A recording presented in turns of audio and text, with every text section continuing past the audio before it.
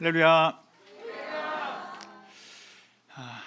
네, 이렇게 3일간의 영은의 기간 동안에 참석하신 우리 모든 청주교회 성도님들, 또 영의 잔치에 참여하기 위해서 멀리서 오신 천안교회, 또 더 멀리서 오신 우리 하남교회 성도님들, 또 특별히 하나님의 자녀로 거듭난 우리 김정순 모친을 포함해서 오늘 이 자리에 초청받아서 오신 모든 분들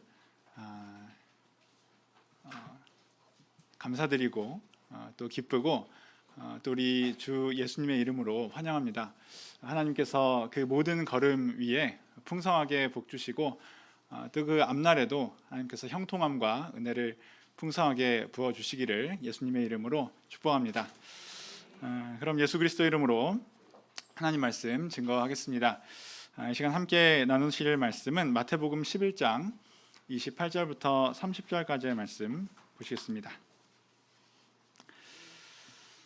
마태복음 11장 28절부터 30절까지의 말씀 제가 봉독하도록 하겠습니다.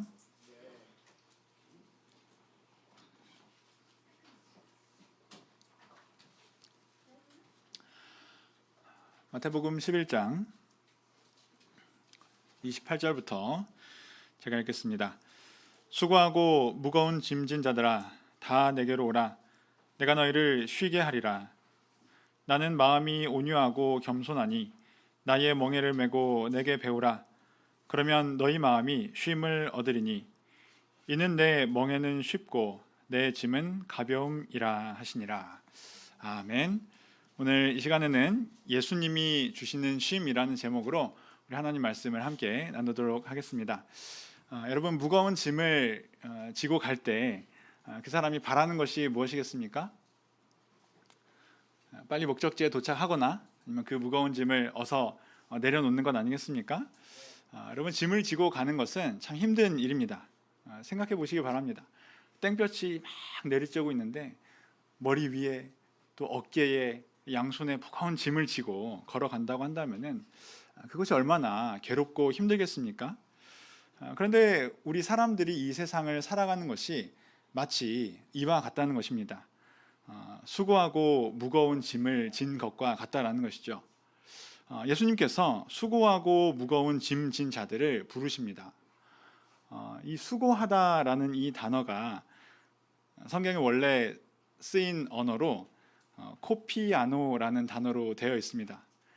얼마나 수고스러운지 코피가 팍 이렇게 날 것 같다라고 외우시면 쉽게 외울 수 있겠죠. 그래서 이만큼 수고스럽다는 것입니다. 이제 그만 쉬고 싶다는 것이죠. 우리 사람들이 살아가는 인생을 보면은 무거운 짐들이 너무나 많이 있습니다. 앞날에 대한 걱정, 또 세상살이, 또 학생들은 공부하는 이 학업이 얼마나 무겁습니까? 또 진로, 또 학교를 마치고 나면 취업, 요즘에 취업은 얼마나 어려운지, 또 취업하고 나면은 이 물가는 계속 오르고 월급 빼고 다 오르지 않습니까?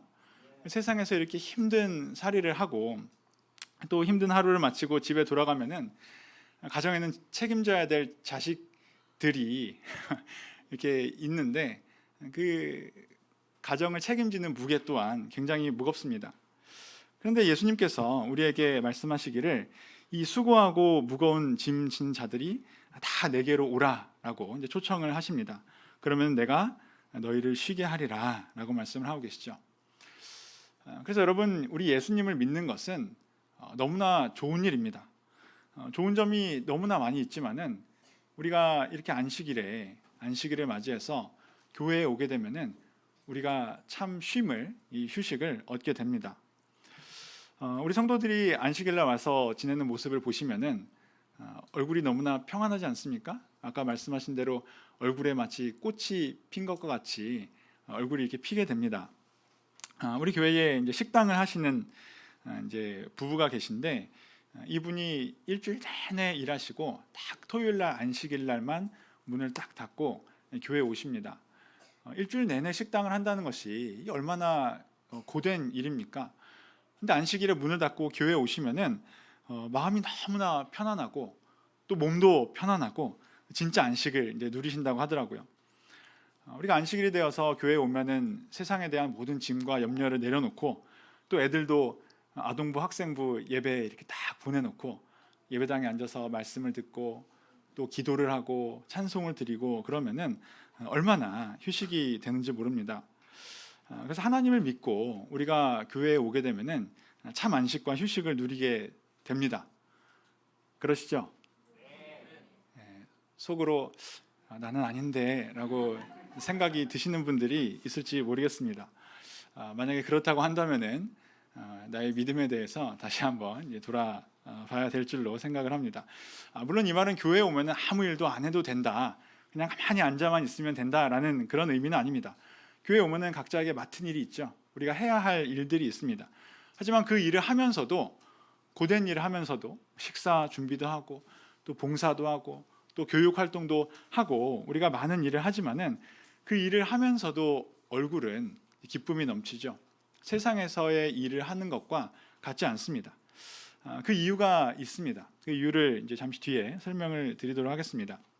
그래서 우리가 예수님을 믿으면서도 괴롭고 코피가 나도록 이렇게 피곤하다고 한다면은 우리가 무거운 짐을 여전히 내가 내려놓지 않고 내 힘으로 구역구역 메고 가고 있는 것은 아닌가 생각을 해봐야 합니다. 예전에 어떤 할머니가 무거운 짐을 이고 들고 지고 이제 시골길을 걸어가고 있었는데 옆에서 차가 한 대 쭉 지나가면서 그 할머니를 보고 안타까워서 할머니를 태워드리기로 했습니다. 그래서 할머니, 제가 모셔다 드릴게요, 타세요. 그랬더니 할머니가 미안하면서 타시는 거예요. 아이고 미안한데 그래도 되나요 하면서 차에 타셨어요. 그런데 짐을 이렇게 계속 들고 있는 겁니다. 그래서 할머니 짐 내려놓으세요. 그랬더니 그 할머니가 이야기하시기를, 아이고 나 태워주는 것도 고마운데 내가 어떻게 짐까지 내려놓나, 이렇게 이야기를 했다고 합니다. 그래서 우리가 기어코 무거운 짐을 내려놓지 않고 들고 있다고 한다면은 나만 괴로운 것이죠.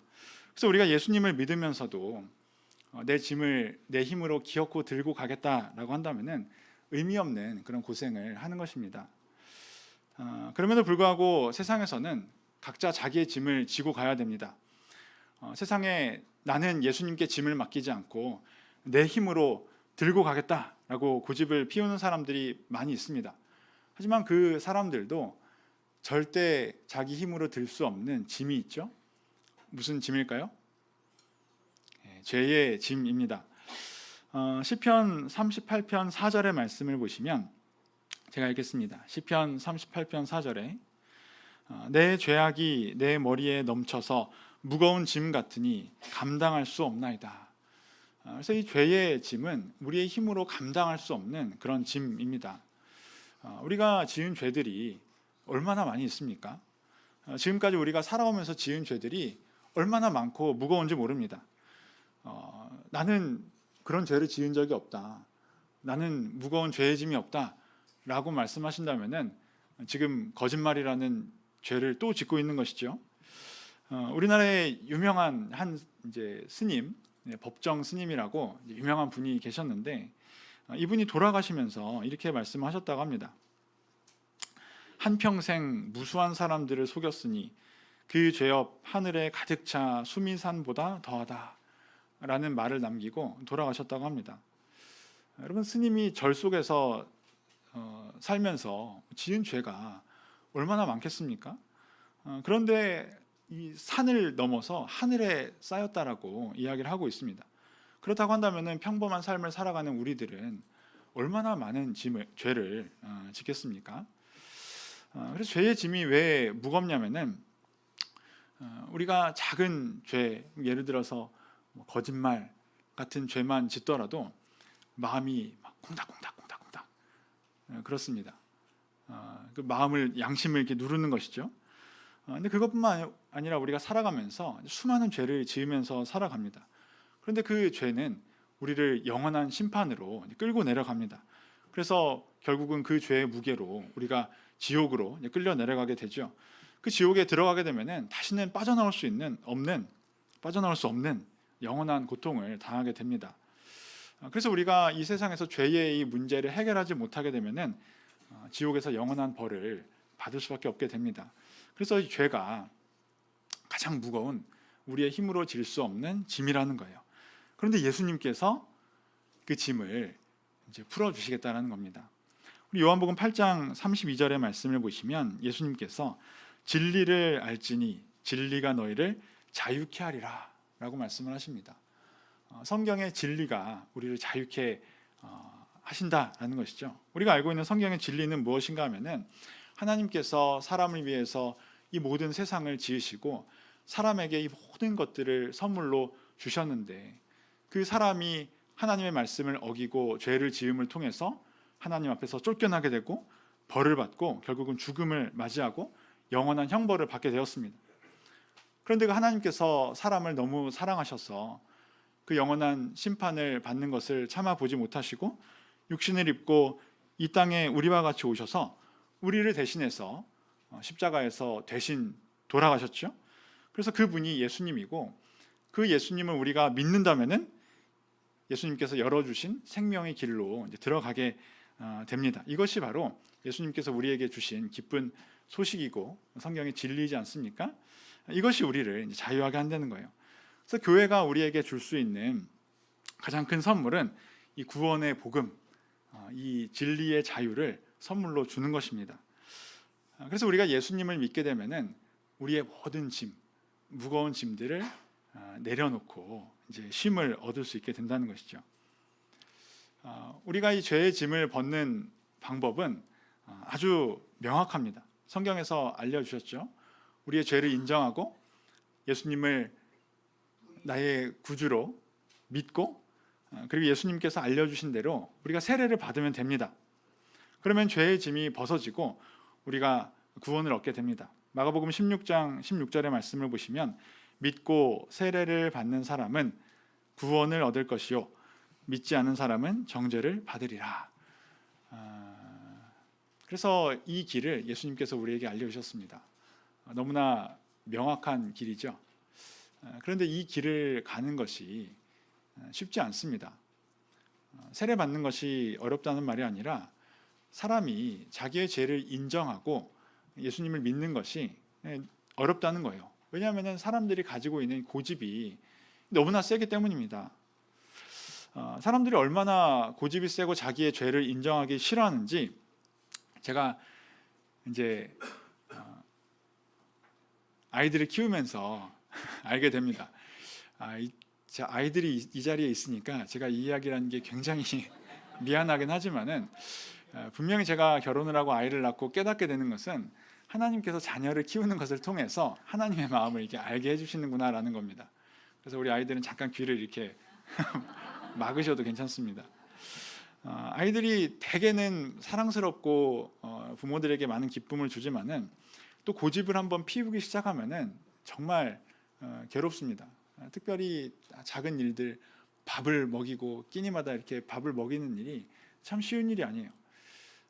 아이들이 이제 밥을 한번 먹기 싫어하면은 이 밥을 떠먹이는 일이 정말 어렵습니다. 그래서 입에다 밥을 넣어주면은 밥을 넣어주니까 먹기 싫어 그러면서 딱 하고 이렇게 뱉어버립니다. 그래가지고 이렇게 혼을 내면은 자기의 잘못을 인정하는 게 아니라 끝까지 잘못을 안 했대요. 내 잘못은 없다라고 이야기를 하고 고집을 피웁니다. 그래서 우리가 예수님을 믿는 것도 사실은 우리의 죄를 인정하고 예수님께 오기만 하면은 예수님께서 우리에게 은혜를 주시고 용서해 주시는데 사람은 그것조차 싫어합니다.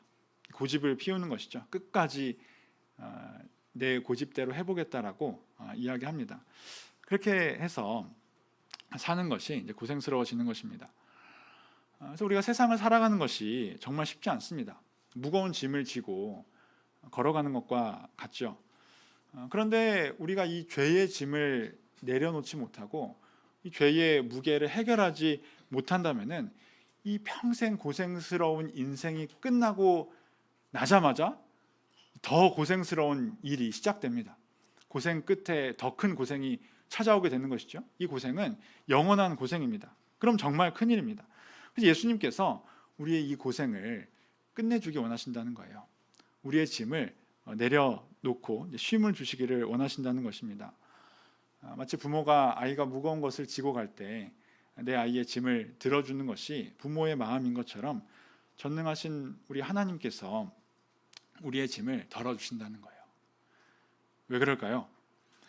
우리 29절의 말씀을 이어서 보시면 마태복음 11장 29절 말씀 이어서 보시겠습니다.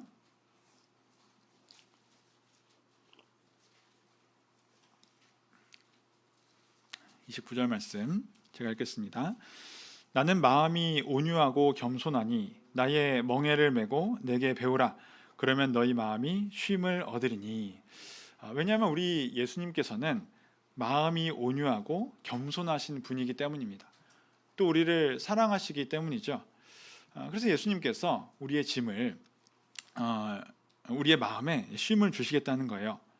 그런데 이 말씀을 곰곰이 읽어보면은 좀 이상한 느낌을 받을 수 있습니다. 중간에 보시면 나의 멍에를 베고 내게 배우라 라고 말씀을 합니다.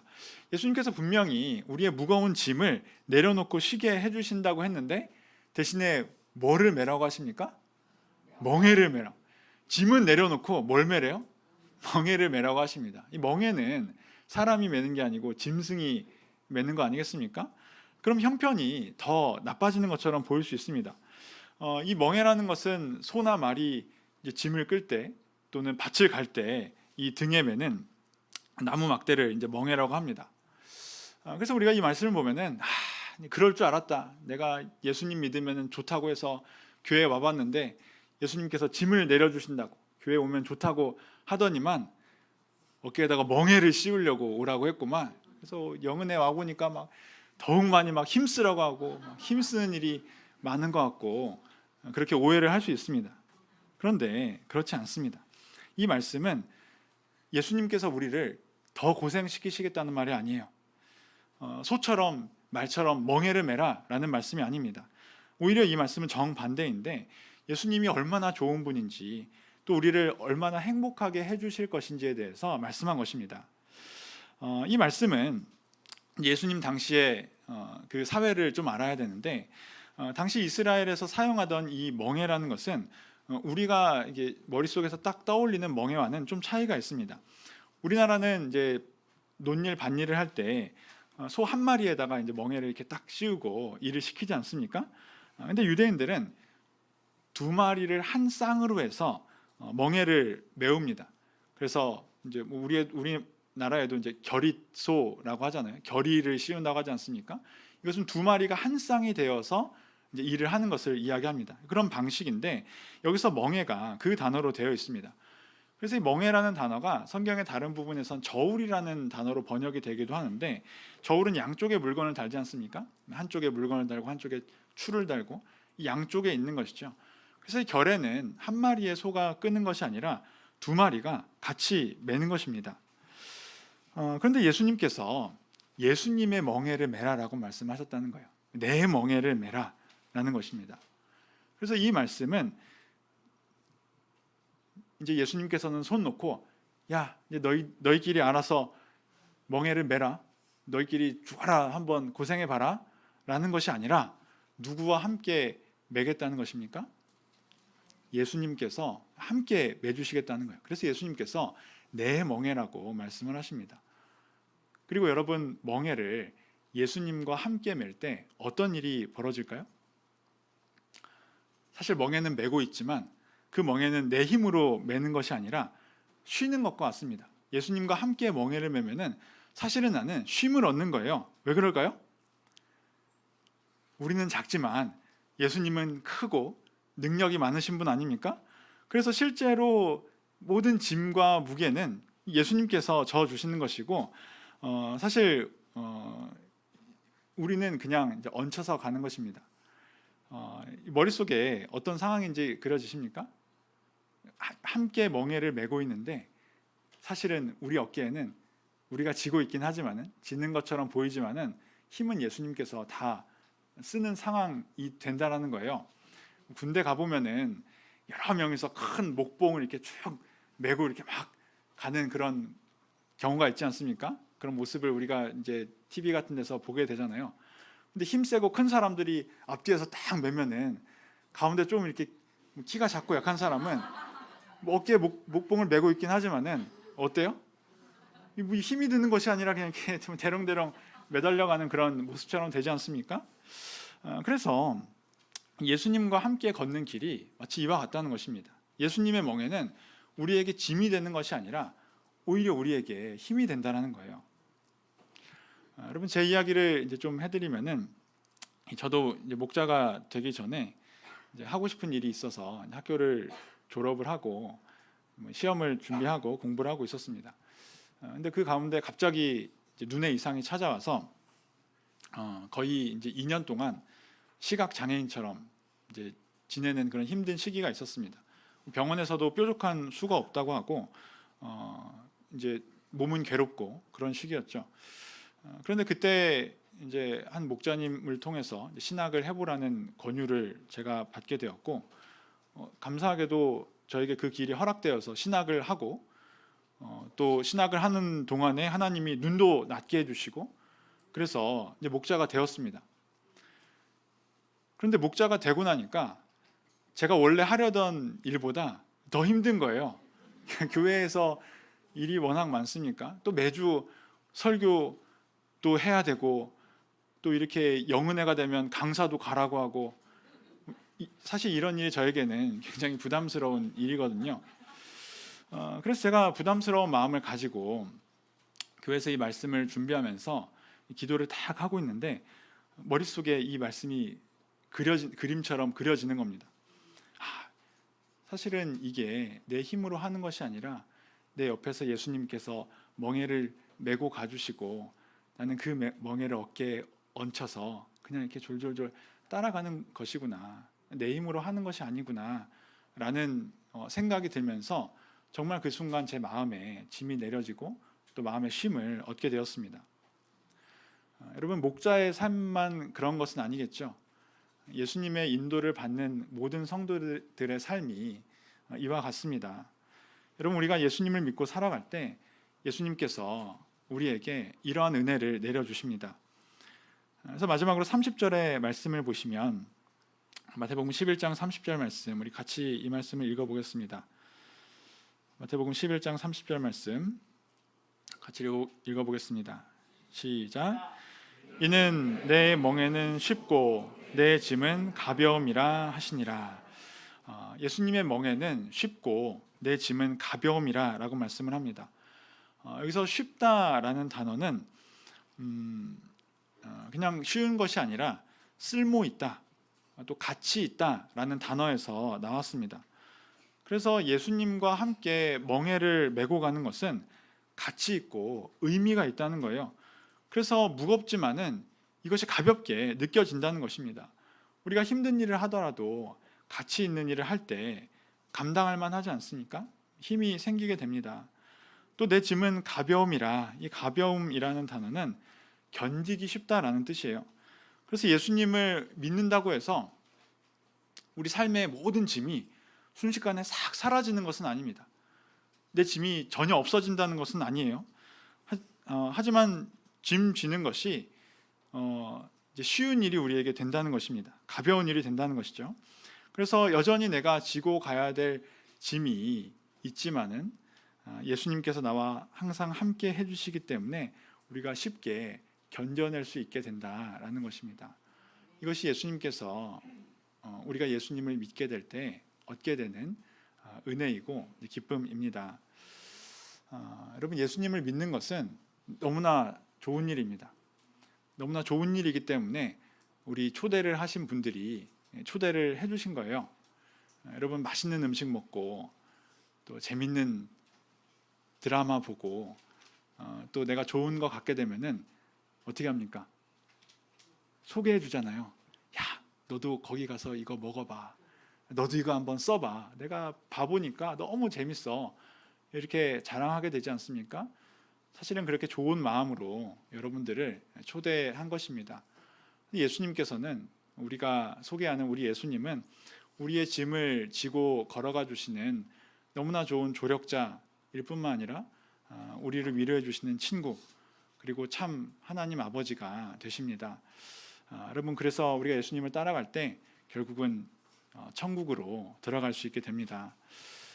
천국 잔치에 초대를 받으신 우리 모든 분들을 환영하고, 초대받으신 구도자 또 새신자 뿐만 아니라 우리 모두가 이 정말 좋은 예수님을 우리 인생의 인도자로 믿고 함께 예수님과 함께 끝까지 이 길을 걸어갈 수 있게 되기를 바랍니다.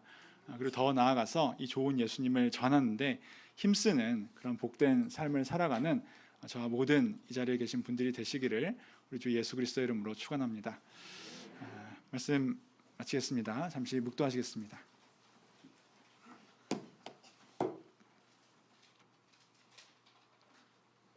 할렐루야. 아멘.